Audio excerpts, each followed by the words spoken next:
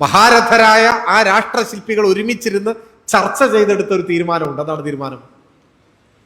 വന്ദേമാതരം നല്ല ഗീതമാണ്, പക്ഷെ അതിലെ ചില വരികൾ ഇന്ത്യയുടെ ബഹുസ്വരതയെ പ്രതിഫലിപ്പിക്കുന്നതല്ല, ഇന്ത്യയിലെ വൈവിധ്യങ്ങളെ ഉൾക്കൊള്ളുന്നതല്ല, ചില വിഭാഗങ്ങൾക്കിടയിൽ ഉത്കണ്ഠ ഉണ്ടാക്കുന്നതാണ്. അതുകൊണ്ട് വന്ദേമാതരത്തിന്റെ ആദ്യ ഭാഗം ആലപിച്ചാൽ മതി. അതാണ് തീരുമാനം. വന്ദേമാതരത്തിന്റെ ആദ്യ ഭാഗം ഒരു ദേശീയ ഗീതമായി നമുക്ക് ആലപിക്കാം, പൂർണ്ണ തോതിൽ ആലപിക്കേണ്ടതില്ല എന്ന തീരുമാനമാണ്. അത് പാലിച്ചു വരികയാണ്. ആർക്കും ഒരു പ്രശ്നം ഉണ്ടായിരുന്നില്ല. എന്നാൽ കുറച്ചു കാലമായി ഇന്ത്യയിലെ RSS ഈ വന്ദേമാതരത്തെ ഇഷ്ടമില്ലാത്തവരെ കൊന്നൊടുക്കാനുള്ള ഒരു ആയുധമാക്കി ഉപയോഗിക്കുകയാണ്. അതാണ് പ്രശ്നം. ഒരായുധമായി ഉപയോഗിക്കുകയാണ്. ഇപ്പൊ ജയ് ശ്രീറാം ഒരർത്ഥത്തിൽ നിർദോഷമായ ഒരു വാക്കല്ലേ. ഒരു രാമഭക്തൻ അങ്ങനെ പറഞ്ഞാൽ അയാളെ കുറ്റപ്പെടുത്തേണ്ട ഒരു കാര്യമില്ല. എന്നാൽ രാമഭക്തന്റെ കയ്യിൽ നിന്നും RSS അതിന് ഏറ്റെടുത്തു. ഇഷ്ടമില്ലാത്തവരെ കൊല്ലാനുള്ള ഒരു ആയുധമായി ഇപ്പൊ ഉപയോഗിക്കുന്നത് ഇതൊക്കെയാണ്. ഗുജറാത്തിലെ വംശഹത്യ കാലത്ത് കൊല്ലപ്പെട്ട ഇസാൻ ജാഫ്രിയുടെ അനുഭവം നിങ്ങൾ വായിച്ചിട്ടുണ്ടാകും. ഇസാൻ ജാഫ്രി ഒരു വൃദ്ധനായി, അദ്ദേഹം കോൺഗ്രസിന്റെ നേതാവായി, അദ്ദേഹം കവിയായി, അദ്ദേഹം പാർലമെന്റ് അംഗമായിരുന്നു. ഇന്ത്യൻ പാർലമെന്റ് അംഗമായിരുന്ന കോൺഗ്രസിന്റെ തലമുതിർന്ന നേതാവായ പണ്ഡിതനായ ഒരു മനുഷ്യൻ. അദ്ദേഹം കൊല്ലപ്പെട്ടു. അദ്ദേഹത്തെ എങ്ങനെയാണ് കൊന്നത് എന്ന് നിങ്ങൾ ആരെങ്കിലും വായിച്ചിട്ടുണ്ടോ? വായിക്കണം. ഗുജറാത്തിലെ സംഭവങ്ങൾക്ക് ശേഷം അവിടെ നടന്ന കാര്യങ്ങൾ എന്തൊക്കെയെന്ന് പുറത്തറിയിച്ച ഒരു വസ്തുതാന്വേഷണ സംഘം അവിടെ തെളിവെടുപ്പ് നടത്തി, പരിശോധന നടത്തി, അവരുടെ റിപ്പോർട്ടുണ്ട്. ആ റിപ്പോർട്ട് വായിച്ചാൽ മനുഷ്യ മനസാക്ഷിയുള്ള ഏതൊരാളും, മനസാക്ഷിയുടെ കണികയുള്ള ഏതൊരാളും കരഞ്ഞുപോകും. അത്തരം അനുഭവങ്ങൾ. ഇസാൻ ജാഫ്രിയെ കൊല്ലാനായി പാഞ്ഞെടുത്ത വർഗീയവാദികൾ അദ്ദേഹത്തെ വിവസ്ത്രനാക്കി, അദ്ദേഹത്തെ നഗ്നനാക്കി, അദ്ദേഹം നടത്തിച്ചു, അദ്ദേഹത്തോട് ആജ്ഞാപിച്ചു. വന്ദേമാതരം ചൊല്ലാനാണ് ആജ്ഞ. അദ്ദേഹം തയ്യാറായില്ല. അദ്ദേഹത്തിന്റെ വിരലുകൾ മുറിച്ചു,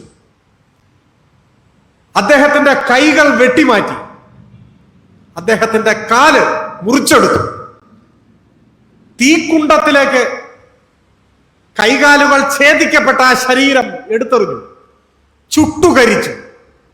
നമ്മുടെ രാജ്യത്ത് പ്രധാനമന്ത്രിയുടെ ജന്മനാട്ടിൽ ആയിരക്കണക്കിന് മനുഷ്യരാണ് ഇങ്ങനെ കൊല്ലപ്പെട്ടത്. അവരെ കൊന്നുതള്ളിയ കൊലയാളി സംഘം കൊല്ലുന്നതിന് മുൻപ് നിസ്സഹായരായ മനുഷ്യരോട് ആജ്ഞാപിച്ചത് നിങ്ങൾ വന്ദേമാതരം ചൊല്ലുന്നതാണ്. RSS ഇപ്പൊ തീരുമാനിച്ചിരിക്കുന്നു, എല്ലാ ചടങ്ങുകളിലും വന്ദേമാതരം പൂർണ്ണമായി ആലപിക്കണം. സ്വാതന്ത്ര്യലബ്ധിയുടെ സമയത്ത് ദേശീയ നേതാക്കൾ തീരുമാനിച്ചത് വന്ദേമാതരത്തിന്റെ ആദ്യ ഭാഗം ദേശീയ ഗീതമായി ആലപിക്കുന്ന. ആർക്കും അതിൽ എതിർപ്പില്ല. വന്ദേമാതരം ഒരു കുഴപ്പമില്ല. എന്നാൽ ഇവരിപ്പോ അതിനെ ഏറ്റെടുത്തിട്ട് പറയുകയാണ് ഇത് പൂർണ്ണ തോതിൽ ആലപിക്കണം.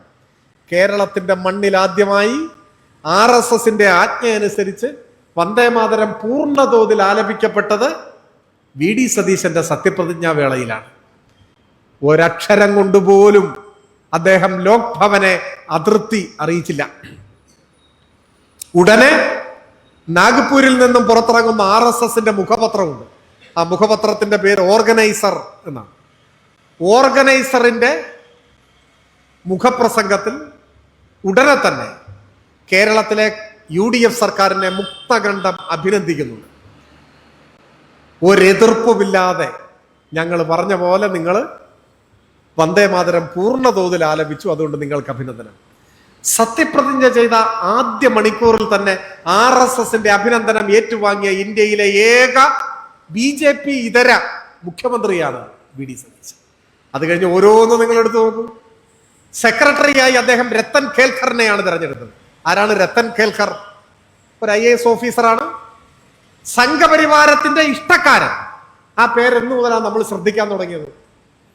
അദ്ദേഹം ഇലക്ഷൻ കമ്മീഷണറായിരുന്നു. തെരഞ്ഞെടുപ്പ് കമ്മീഷണറായിരിക്കുമ്പോൾ അദ്ദേഹത്തിന്റെ ഓഫീസിൽ നിന്നും വിതരണം ചെയ്ത ഇലക്ഷൻ കമ്മീഷന്റെ സർക്കുലറിൽ BJP സ്റ്റേറ്റ് കമ്മിറ്റിയുടെ സീലാണ് പതിച്ചിരുന്നത്. ഇലക്ഷൻ കമ്മീഷന്റെ ആഫീസ് BJP ആഫീസാക്കി മാറ്റിയ വിദ്വാനാണ് രത്തൻ കേൽക്കർ. ആ രത്തൻ കേൽക്കറെ തെരഞ്ഞെടുത്ത് സെക്രട്ടറിയാക്കി. അദ്ദേഹം സിവിൽ സർവീസ് ഓഫീസറാണ്. ഏതെങ്കിലും പ്രധാന പദവിയൊക്കെ ഉണ്ടാവും, അതിനൊന്നും എതിർപ്പില്ല. പക്ഷെ അയാളെ തന്നെ മുഖ്യമന്ത്രി എന്തിന് സെക്രട്ടറിയാക്കി? അതാണ് ചോദ്യം. നയപ്രഖ്യാപന പ്രസംഗം നിയമസഭയിൽ അവതരിപ്പിച്ചു. 10 കൊല്ലത്തിന് ശേഷം ആദ്യമായി നയപ്രഖ്യാപന പ്രസംഗത്തിൽ കേന്ദ്രത്തിനെതിരെ ഒരു വാക്കുപോലുമില്ല. നമുക്ക് തരാനുള്ള 1,00,000 കോടിയോളം രൂപ കേന്ദ്രം തടഞ്ഞു വെച്ചിരിക്കുകയാണ്. 1,00,000 കോടി ചില്ലറയല്ല. ഒന്നെന്ന് എഴുതിയിട്ട് 12 പൂജ്യം ഇടണം, അപ്പോഴാണ് 1,00,000 കോടി. ആ കേന്ദ്രത്തിനെതിരെ ദുർബലമായ ഒരു വിമർശനം പോലുമില്ല. 10 കൊല്ലത്തിന് ശേഷം കേന്ദ്ര വിമർശനമില്ലാത്ത നയപ്രഖ്യാപനം. നയപ്രഖ്യാപനം വന്ന ഉടനെ BJP സംസ്ഥാന കമ്മിറ്റി പ്രസ്താവനയിലൂടെ പ്രതികരിച്ചു. ഈ നയപ്രഖ്യാപനം ഞങ്ങളുടെ തെരഞ്ഞെടുപ്പ് പ്രകടന പത്രിക പകർത്തിയെടുത്തതാണ്, ഞങ്ങൾക്ക് ഇതിനോട് എതിർപ്പില്ല, ഇത് ഞങ്ങളുടെ നയപ്രഖ്യാപനമാണ്. BJPയുടെ സംസ്ഥാന പ്രസിഡന്റ് രാജീവ് ചന്ദ്രശേഖർ മുഖ്യമന്ത്രിയെ നേരിട്ട് കണ്ട് എല്ലാ പിന്തുണയും അറിയിച്ചു. BJP മുന്നണിയുടെ കേരളത്തിലെ കൺവീനർ തുഷാർ വെള്ളാപ്പള്ളി വലിയൊരു പൂച്ചെണ്ടുമായിട്ട് മുഖ്യമന്ത്രിയുടെ വീട്ടിൽ ചെന്ന പൂച്ചെണ്ട് കൊടുത്ത് എല്ലാ അഭിനന്ദനവും പിന്തുണയും കൊടുത്തു. ഇതിനു മുമ്പ് കേരളത്തിൽ ഇങ്ങനെ ഉണ്ടായിട്ടുണ്ടോ ഏതെങ്കിലും കാലത്ത്? നയപ്രഖ്യാപനത്തിന് BJPയുടെ പിന്തുണ, BJP പ്രസിഡന്റ് നേരിട്ട് പോയി മുഖ്യമന്ത്രിക്ക് പിന്തുണ. കഴിഞ്ഞ 10 കൊല്ലമായി മുഖ്യമന്ത്രിയുടെ ഓഫീസിനകത്തേക്ക് കടന്നു വരാൻ BJP സംസ്ഥാന പ്രസിഡന്റിന് ധൈര്യം ഉണ്ടായിട്ടില്ല. ഇപ്പൊ ആ പ്രശ്നമൊക്കെ അങ്ങ് മാറി. കേരളത്തിന് വേണ്ടി കേന്ദ്രത്തിന്റെ മുന്നിൽ ഇനി വിലപേശൽ ഉണ്ടാവില്ല. എല്ലാ യൂണിവേഴ്സിറ്റികളും ഗവർണർക്ക് വിട്ടുകൊടുത്തു. ഉന്നത വിദ്യാഭ്യാസ മന്ത്രി പറയുന്നു, ഗവർണറുമായിട്ട് ഗുസ്തി പിടിക്കാനൊന്നും ഞങ്ങളില്ല. നമ്മൾ എന്തിനാ ഗുസ്തി പിടിച്ചത്? കേരളത്തിലെ സർവകലാശാലകളെ കാവ്യവൽക്കരിക്കുന്ന RSS അജണ്ടക്കെതിരായിട്ടാണ് ഗുസ്തി പിടിച്ചത്. മതനിരപേക്ഷത സംരക്ഷിക്കാനാണ് ഗുസ്തി പിടിച്ചത്. ഒട്ടേറെ കാര്യങ്ങൾ ഈ 1.5 മാസത്തിനുള്ളിലുണ്ട്. ഞാൻ അത്തരം കാര്യങ്ങൾ പറഞ്ഞ് ഇനി സമയം കൂടുതൽ എടുക്കണം എന്ന് കരുതുന്നില്ല. 1 മണിക്കൂർ കൊണ്ട് അവസാനിപ്പിക്കണം എന്നാണ് കരുതി. ഇപ്പൊ തന്നെ 1.25 മണിക്കൂർ ആവാറായി. അപ്പൊ ഞാൻ അവസാനിപ്പിക്കുകയാണ്. പറഞ്ഞു വന്നത്, ഒരു സർക്കാരിനെ വിലയിരുത്താനുള്ള സമയമേ ആയിട്ടില്ല. ഭരണം തുടങ്ങിയതേ ഉള്ളൂ. പക്ഷെ ഈ 1.5 മാസത്തിനുള്ളിൽ ഇത്രമാത്രം RSS വിധേയത്വവും ജനവിരുദ്ധതയും സ്വജനപക്ഷപാതവും പിടിപ്പുകേടും പ്രകടിപ്പിച്ച മറ്റൊരു ഗവൺമെന്റ് കേരളത്തിന്റെ ചരിത്രത്തിൽ ഉണ്ടായിട്ടില്ല. കോൺഗ്രസിനകത്ത് തന്നെ ഈ കാര്യങ്ങൾ ഇപ്പോ പല വിധത്തിലുള്ള ചർച്ചകൾക്കും തർക്കങ്ങൾക്കും വഴിവെച്ചു. തമ്മിലടി തുടങ്ങി എന്നർത്ഥം. നമ്മൾ കരുതിയ ഒരു 6 മാസം കഴിഞ്ഞിട്ടായിരിക്കും കോൺഗ്രസിലെ തമ്മിലടി എന്നാണ്. 6 മാസമൊന്നും വേണ്ട. ഒരു പ്രമുഖനായ മന്ത്രിയുടെ പേഴ്സണൽ സ്റ്റാഫിലെ 2 പ്രധാനപ്പെട്ട ജീവനക്കാർ ഇന്നലെ തർക്കം മൂത്ത് രാജിവെച്ചു എന്നാണ് വാർത്തയിൽ കാണുന്നത്. അപ്പോ കേരളം